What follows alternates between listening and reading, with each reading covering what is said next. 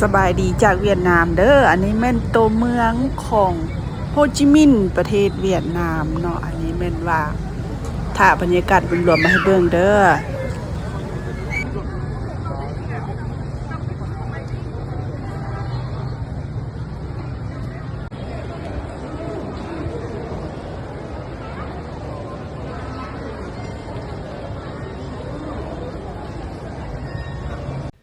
ทักทายสบายดีจากประเทศเวียดนามเด้ออันนี้แม่นผู้กวักอยู่ประเทศเวียดนามเนาะหลานสาวไปเที่ยวเพิ่นได้ภาพวิดีโองามๆเพิ่นก็ส่งมาให้ค่อยเนาะเพราะว่าค่อยลิ้นเวียวหั่นนะแล้วค่อยเอาขึ้นให้เบิ่งเด้ออันนี้แม่นภาพจากหลานสาวเด้อส่งมาให้เพิ่นไปเที่ยวเพราะว่าเพิ่นก็บ่ได้มักโพสต์วิดีโอเนาะแล้วเพิ่นเห็นค่อยลิ้นเวียวเพิ่นก็ส่งภาพงามๆมาให้อันนี้แม่นภาพงามๆจากประเทศเวียดนามก่อนสิไปเที่ยวเนาะก็มาเติมทองก่อนเพิ่นมาเติมทองอันนี้แม่นเข้าร้านอาหารเด้อพี่น้องเด้อเรียนคิวว่าซะเนาะร้านอาหารเพิ่นนี่ก็ได้นี่อันเข้าไปกินอาหารก่อนแล้วเพิ่นจังสิพาไปเที่ยวอันนี้แม่นเลาะอยู่ภูกวักของประเทศเวียดนามแล้วเพิ่นก็สิไปหลายบ่อนอยู่อันนี้แม่นจุดทับอิฐที่เอาขึ้นให้เบิ่งเด้ออันนี้ค่อยก็หาก็นอนลุกเนาะก็ไม่เห็นวิดีโอเพิ่นส่งมาให้ก็เลยฟาวเฮ็ดวิดีโอขึ้นให้พี่ให้น้องเบิ่งยังสิมีบ่อน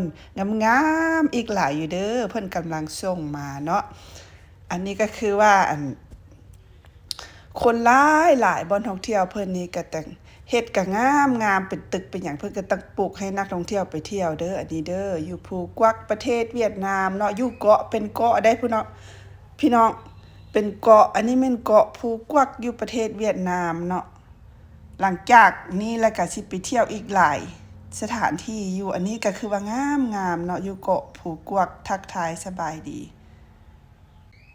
ก็คือว่างามหลายเนาะเพิ่นตกแต่งสถานที่ให้คนไปท่องเที่ยวคนก็ไปเที่ยวหลายอันคนหลายๆนี่นะพี่น้องก็คือว่าเรียนคิวซื้อปีที่เข้าไปเบิ่งมิวเซียมเนาะก็คือว่าแขกคนหั่นน่ะ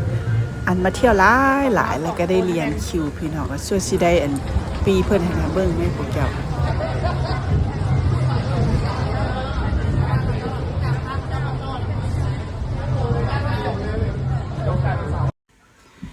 อันนี้ก็ทางเข้ามิวเซียมเนาะสังเกตเบิ่งว่าเห็นพะโลหั่นแม่นหยังพวกเจ้าเห็นพะโลคล้ายๆคือเต่าได้พี่น้องเน่เข้าไปเบิ่งไกลๆกับเต่าอีหลีตัวมิวเซียมนี้เพิ่นเฮ็ดเป็นแบบรูปเต่าผู้น้ำออกมาเป็นน้ำพุเนาะวิวทางนอกเพิ่นนี่ก็งามเวลาย่างเข้าไปแล้วกันกองเต่ามันก็สิเป็นมิวเซียมพี่น้องบรรยากาศก็คือว่างามหลายพี่น้องมันอยู่แคมป์ทะเลเด้เวลาลมพัดมามันก็จะบ่ร้อนปานใดเนาะอันนี้ก็คือว่าเต่านี่ก็ใหญ่ย่างเข้าไปกองเพิ่นให้ก็สิเป็นมิวเซียมบ่อนอันโซป่าโซหยังเพิ่นหั่นนะมิวเซียม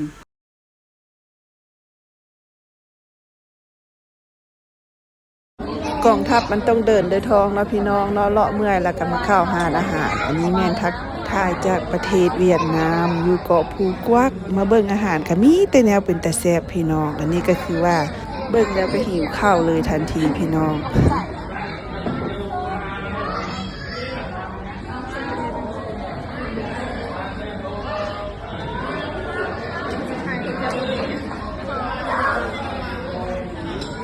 นี่ก็แม่นหลานสาวเนาะหลานสาวปุ้ยกับหมู่เพิ่นไปลิ้นเวียดนามไปลิ้นประเทศเวียดนามถ่ายจากหมู่เกาะภูกวักเด้อวิวงามอันนี้ก็แม่นมิวเซีย